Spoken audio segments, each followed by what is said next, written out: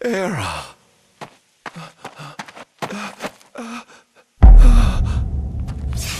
Somnus! Forgive me, brother, but the throne seats only one. Era! Gods, no!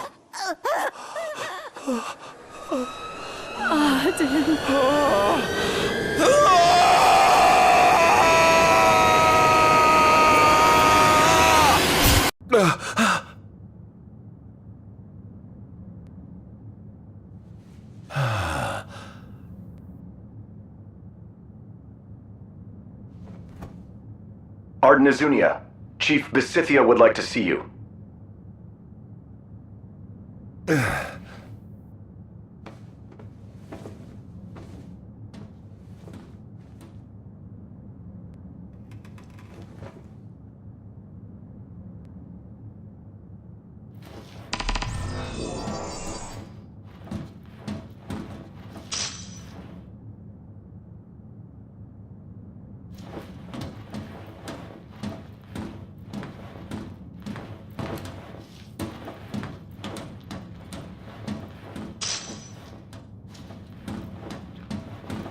Might as well head out.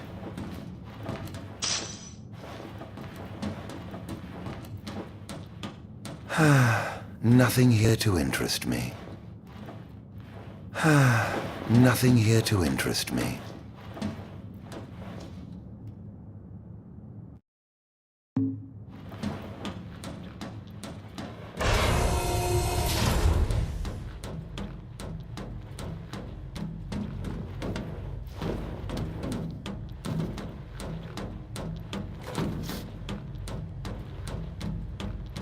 I dare say this outfit wasn't tailor-made. Not the most enthralling view.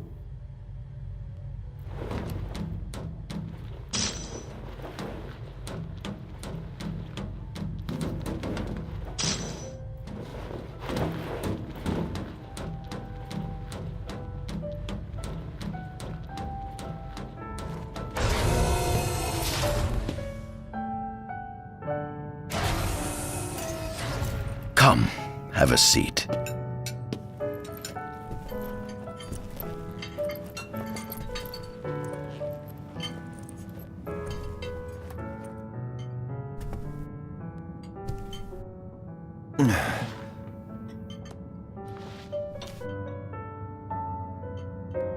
Gods above, we thank you for the bounty you have laid before us.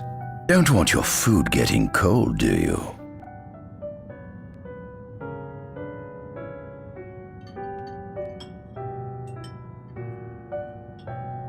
Are you enjoying your stay? No. You've been asleep for years. Learning to appreciate the waking world will take time. Perhaps I can help enlighten you while we dine.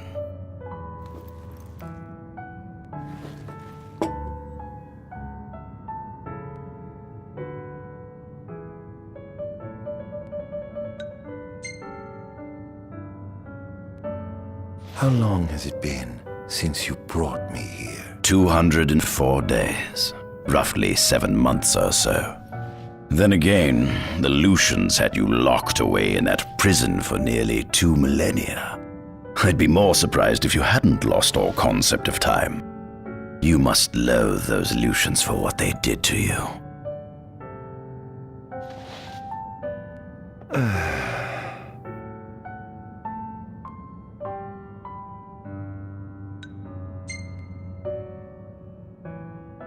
What is this food?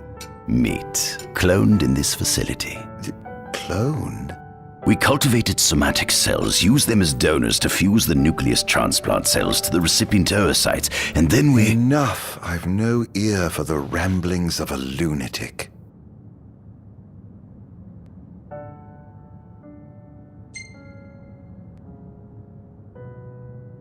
Was your examination of me a fruitful one. Oh yes, you've proven far more fascinating than expected. No wonder they kept you locked away. To think the powers of a demon could dwell within the heart of a man, it's incredible. The Star Scourge doesn't sap your life force, it gives you more. Your cells can regenerate themselves, and you can demonify other life forms as well. There's no doubt you are... A monster. Not a monster, a marvel.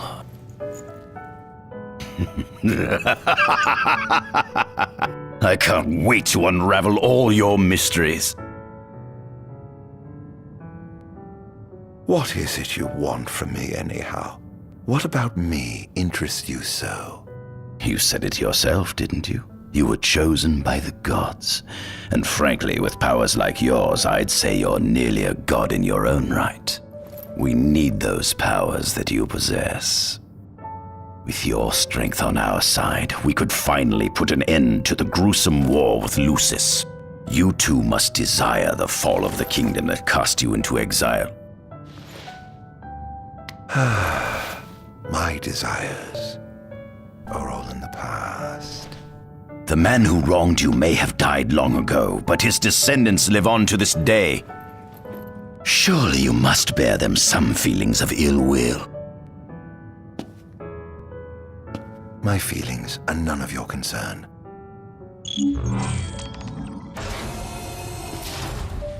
Come along.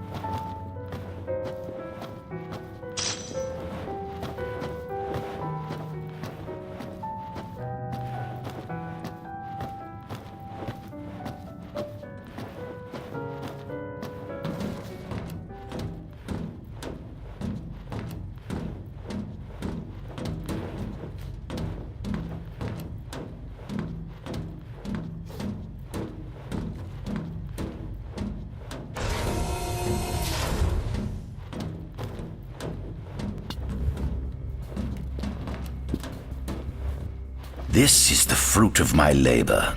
A small portion of it, that is.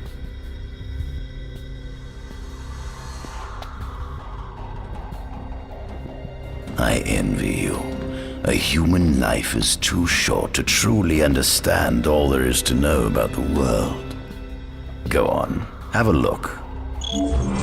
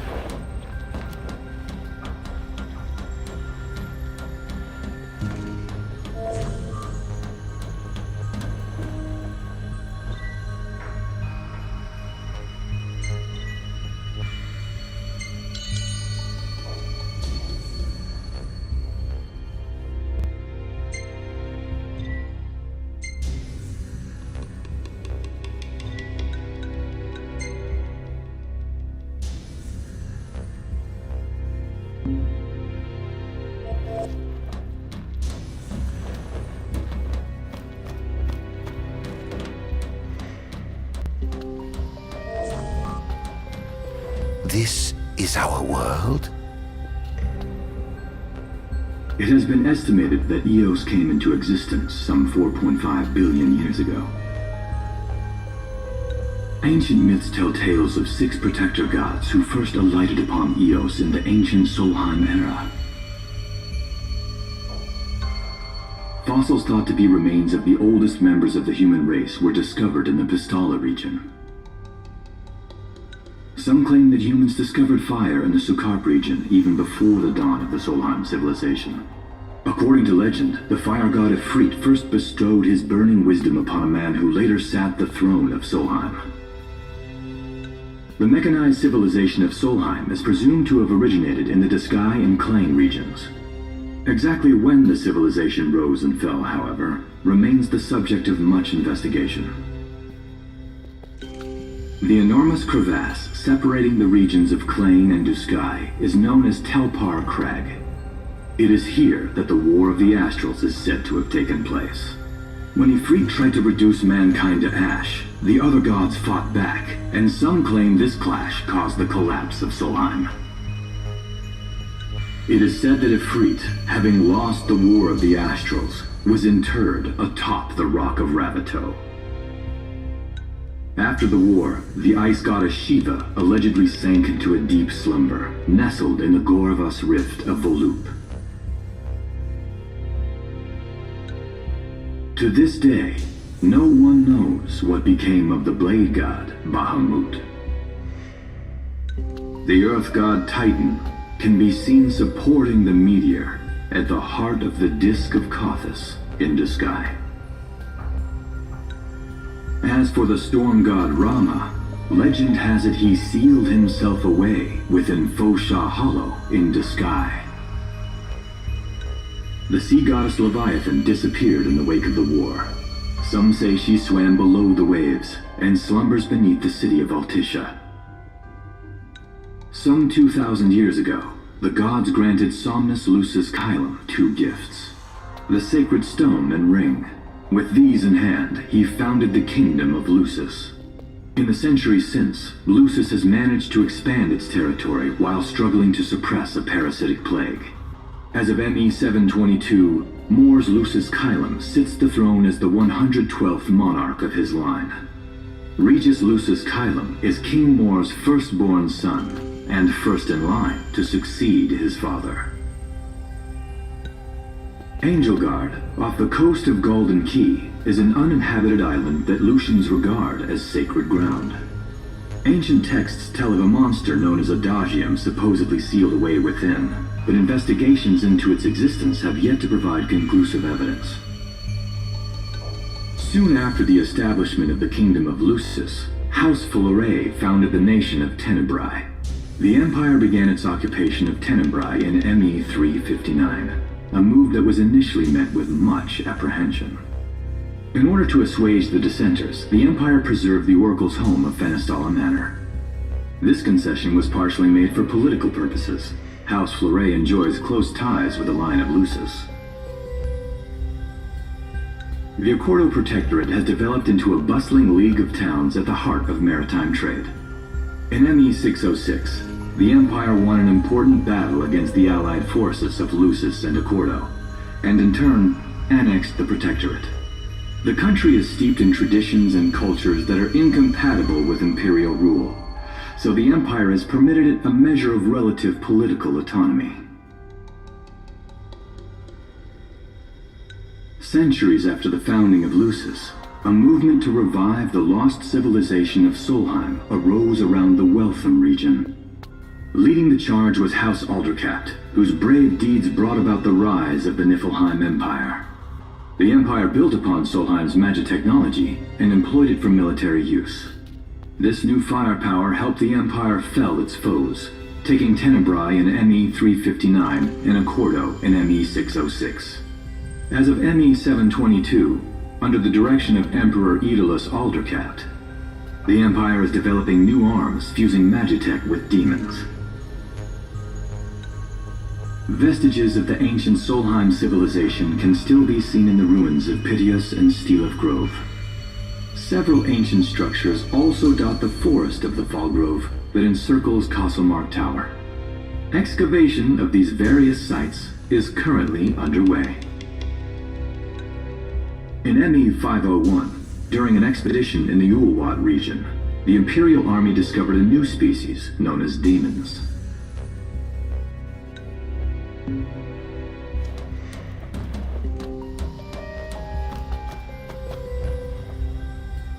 At center, we see what I presume to be Lucian warriors and the kings of yore. I've learned a great deal about the first king of Lucis, but I never knew he was second in line. It seems to depict a legend in which the chosen king dispels the darkness. If that's true, does that mean Lucis intends to someday stand above all others? Their trifling tales mean nothing in the face of our superior technology. Only we can restore balance to our world. At the top of the painting, we see the Oracle herself. The bloodline of the Oracle is one of the oldest in Eos, originating with Eromirus Flore.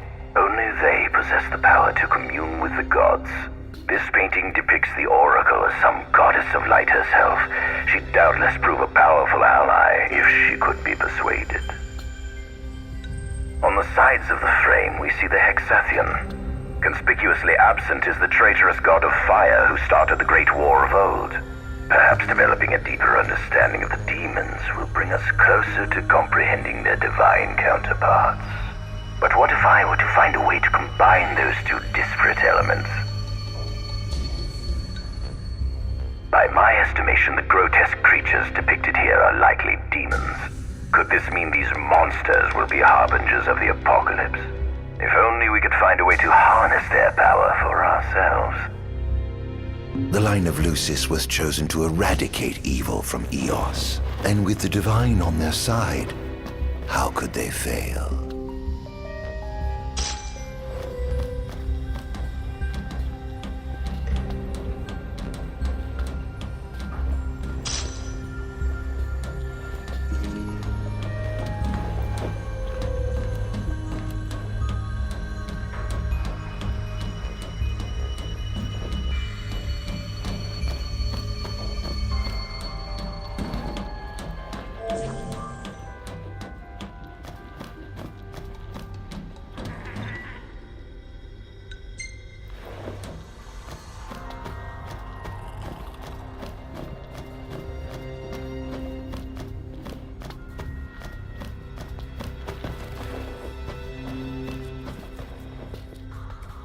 Demons were first officially recognized as a new species roughly 200 years ago.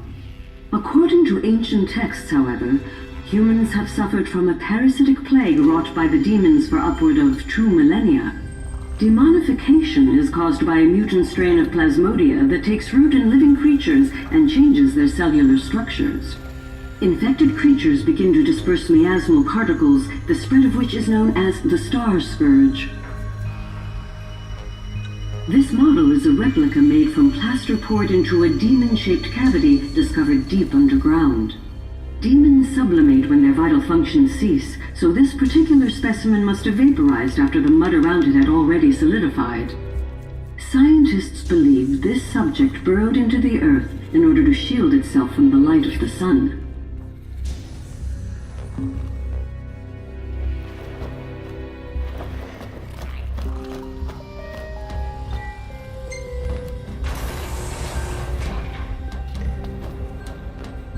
Given the demon's aversion to light, they typically stick to the shadows until the sun fades and the night falls. Adagium, however, is different. Unlike his demon brethren, he can still function uninhibited in broad daylight. Of course, the ultraviolet rays harm him, much like they would any other demon. Yet his cells regenerate quickly enough to essentially negate the damage. It stings. Like the light of the sun. Perhaps I'd best cover up.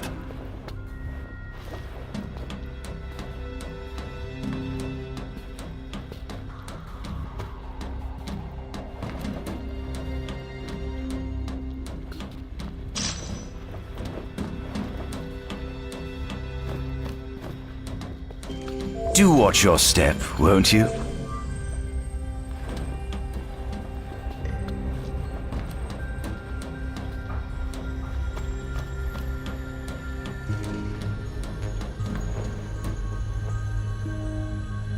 Adagium. That is what the Lucians call the monster they imprisoned for 2,000 long years. His powers surpass those of any mortal, and his body is all but impervious to attack. It's no wonder the Founder King sealed him away on the Isle of Angel Guard. He undoubtedly feared this monster might challenge his reign. It seems fortune smiles upon me. Though the Lucians kept him locked away for 2,000 years, I've managed to secure Adagium for myself. The raging winds and stormy seas may have cast all others away, but the waves parted for me that day and led the way. While I've yet to conduct any official research, the potential he proved in combat was most promising. I estimate his powers easily surpass anything mankind has ever seen. Perhaps this streak of luck has just begun.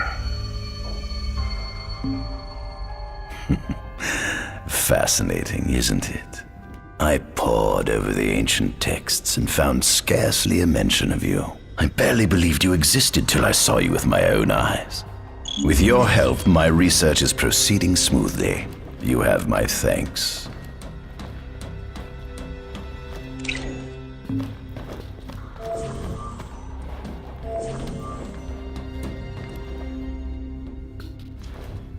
This must be how the gods feel looking down upon our world. Here we have a model of imperial territory. It includes our present lands as well as our future acquisitions. Feel free to have a look.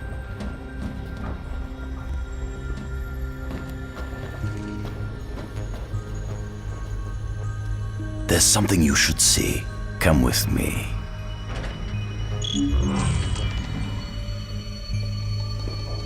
I found something most interesting on the Rock of Ravito. If my experiment on this specimen succeeds, it might provide the information you've been looking for. This way.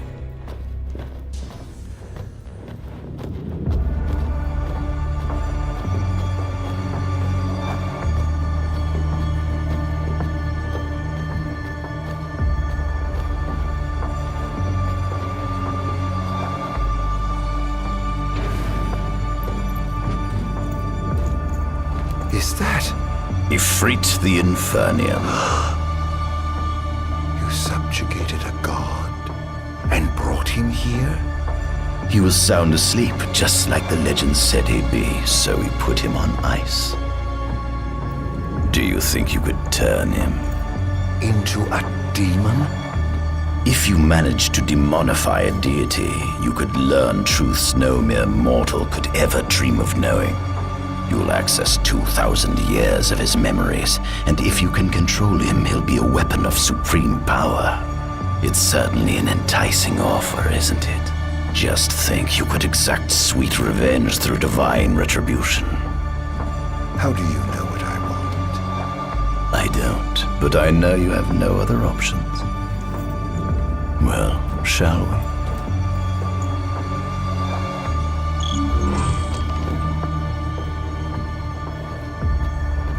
Come see the fruits of my Magitech research. This way. The ancient civilization of Solheim, forefathers of our Magitechnology, once flourished on this land. Had they not incurred the wrath of the gods, they may have remained prosperous to this day. And you wish to restore them to greatness? To surpass them, which is why I need you to lend me your strength.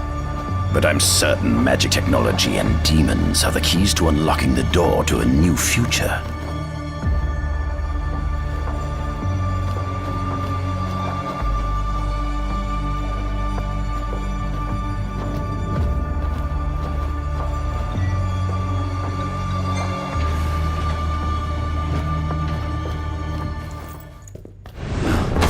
Lucians? But how? Kunmi Squad, Adagium sighted. Initiating Requesting engagement. backup from Nimbus Squad. Shutting down communications until all clear. So, you've come to kill me, have you? Or die trying.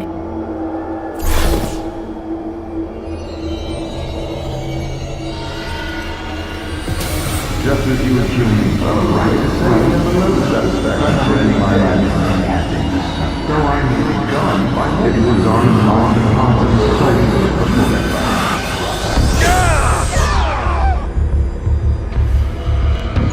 Who is it? a kingdom you can no longer call your own. With your motions, I will send you.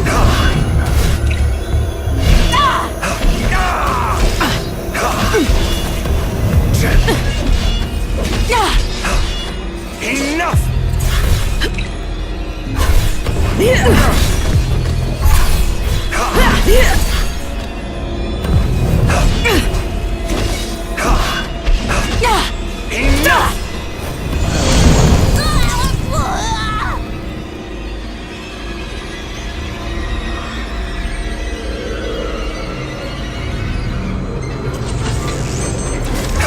Perhaps you ought to sleep away your Enough!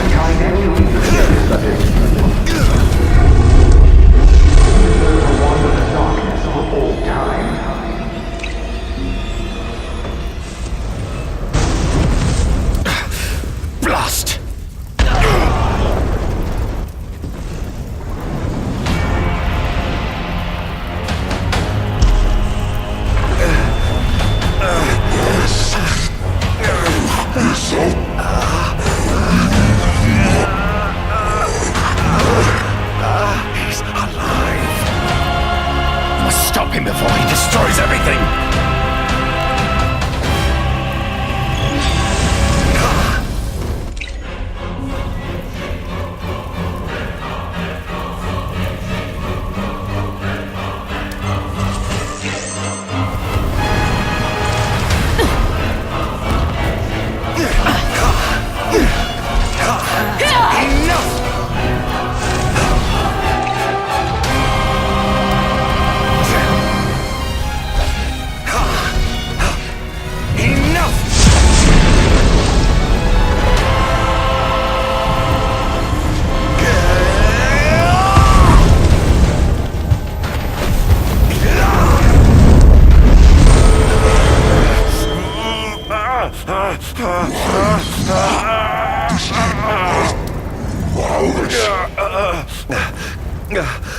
Oh, Infanian, grant me the power to take Somnus, his people, and his cursed kingdom, and burn them all to the ground!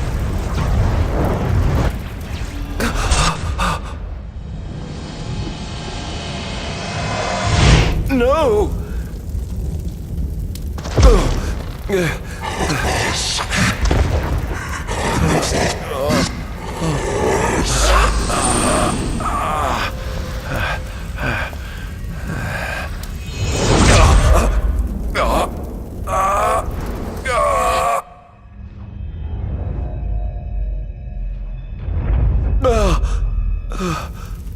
I was the one chosen to be king?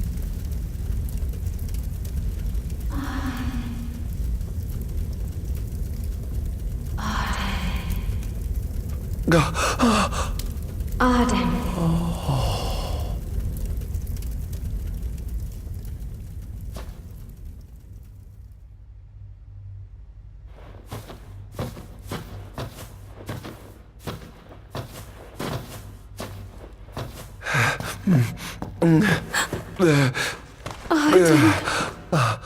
Era.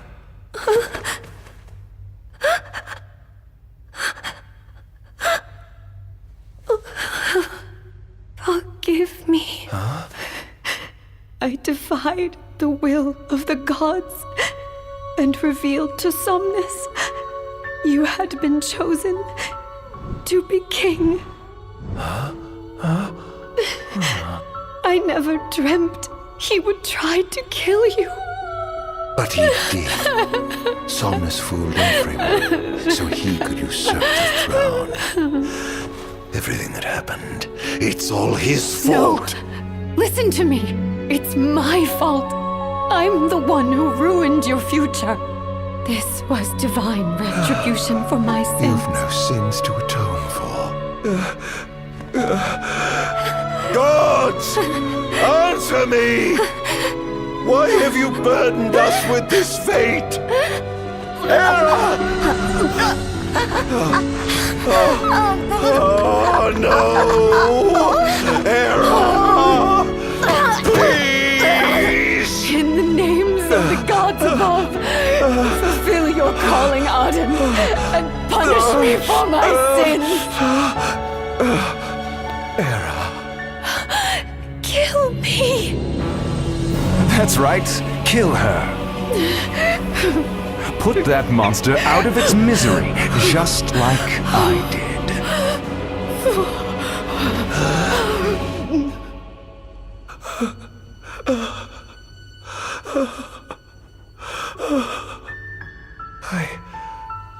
I can't.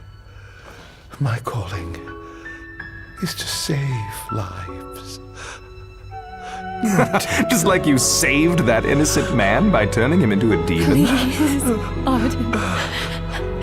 You must live. I can't. Not without you. Come. Why not give the lady what she wants?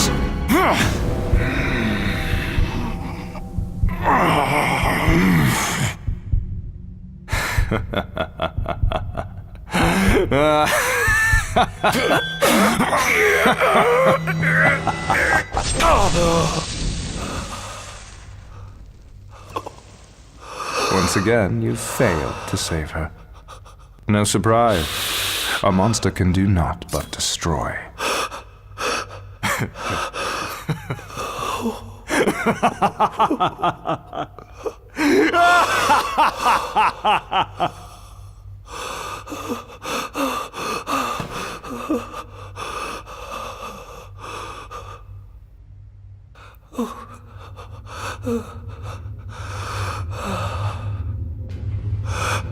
I'll never forgive you, Somnus. This monster may not be able to destroy you, but I'll see to it that I destroy everything you built.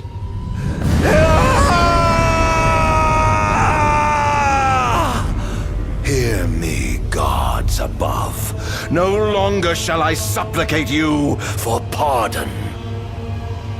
No longer shall I sojourn toward the light. Nay, the path I intend to tread is paved with blood and darkness.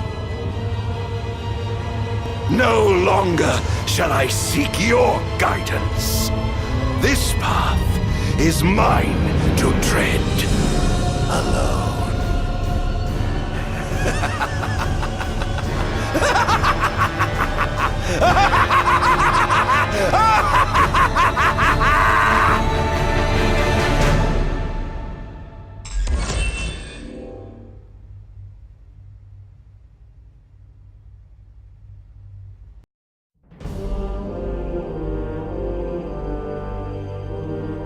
The Empire's demonic experiments bore fruit before long, precipitating the production of a Magitech infantry.